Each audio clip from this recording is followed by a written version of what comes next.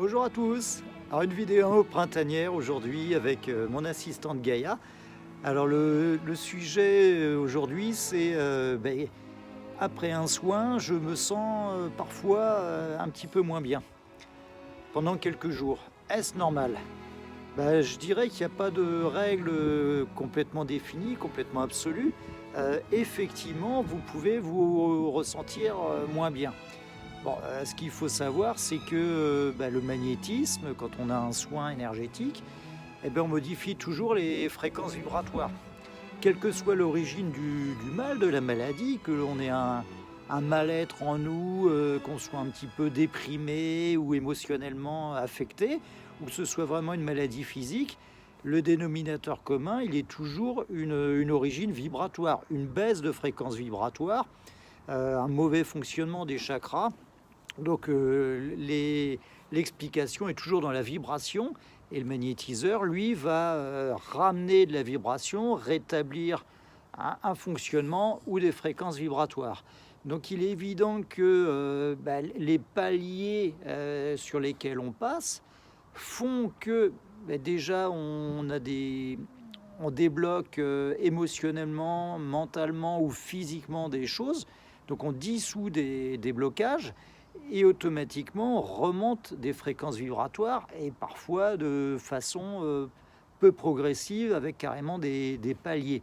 Là, je pense en particulier quand on enlève du paranormal sur une personne, une entité ou autre chose, automatiquement on enlève, on ne peut pas enlever à moitié, on enlève tout ou rien, et il vaut mieux enlever tout et ne pas y revenir.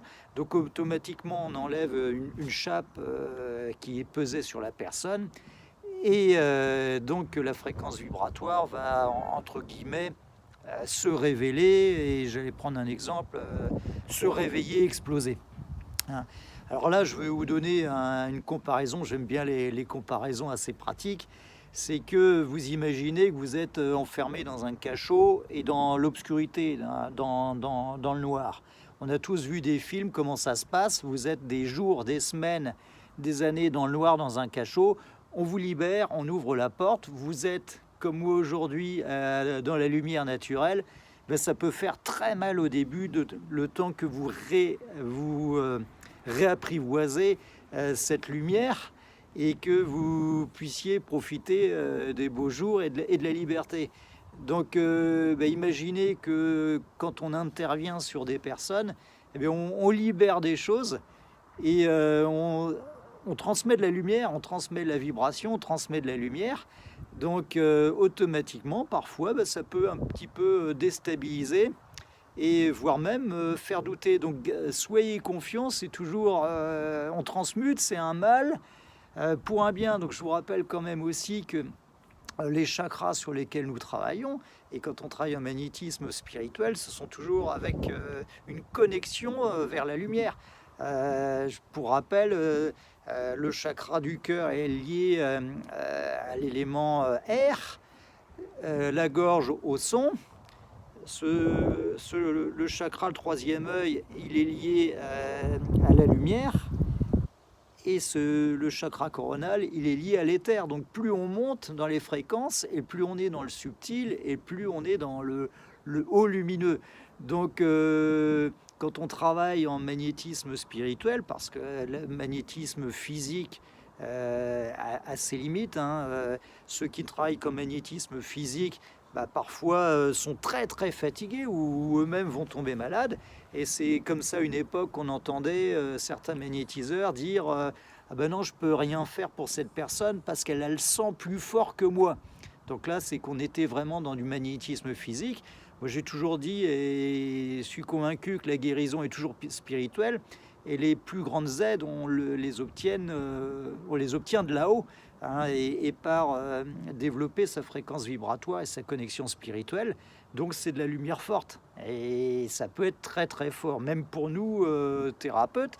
On peut avoir des manifestations physiques qui sont importantes, d'où l'importance aussi de s'ancrer, d'avoir un chakra Premier chakra, donc lui qui est lié à la terre, hein, à la matière qui soit très très forte.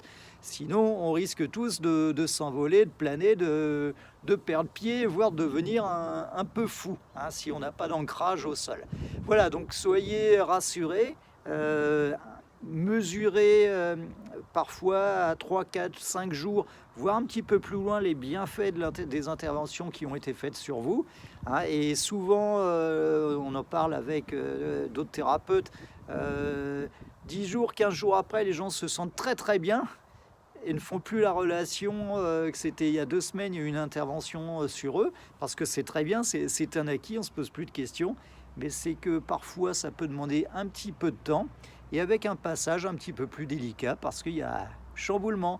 Voilà, ben, bonne fin de journée printanière et bon week-end printanier. Bye bye. Bye bye.